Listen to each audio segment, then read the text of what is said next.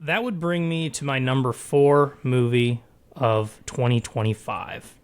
And that is a little related in our best TV of the year episode. My number 2 was The Chair Company. And that's because, it's not just that one Tim Robinson thing. It is also another Tim Robinson thing that I was a big fan of this year, and that is Friendship.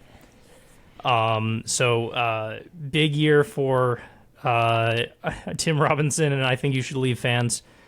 Friendship with Tim Robinson and Paul Rudd is a live action comedy movie, and it really kind of feels like one long sketch, like or a series of sketches, I guess. But probably a lot of improv in this. But incredibly funny and exactly what I would have hoped for a movie like this.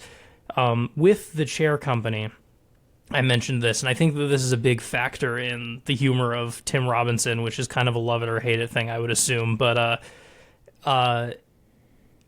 with The Chair Company, it was like a lot of the humor comes from Tim Robinson's character is so desperate to get to the bottom of what this chair company is and to clear his name, the lengths he will go create a lot of awkward social situations where he is not obeying any sort of, like, committing every social faux pas in order to get what he wants, and just has no self-awareness. And this movie is very much that too, because Tim Robinson meets Paul Rudd, and it starts to feel like maybe he wants to be friends with him a little bit too badly. Essentially, that's the simple way of putting it. A lot of other stuff happens along the way, but it creates this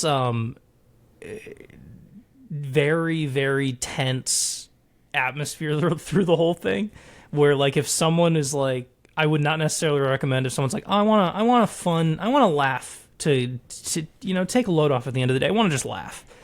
It's like, no, this is feels kind of dark a lot of times, because it's just like there's this fuse kind of in the background of just kind of feeling like something is gonna blow up at any moment, and I assure everyone it does.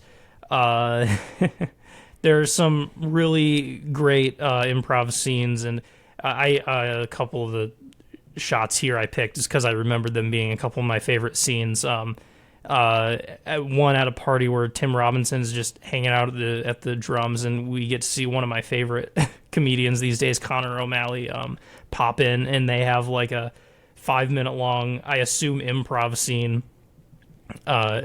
So some fantastic performances from people who aren't Tim Robinson and Paul Rudd as well. So,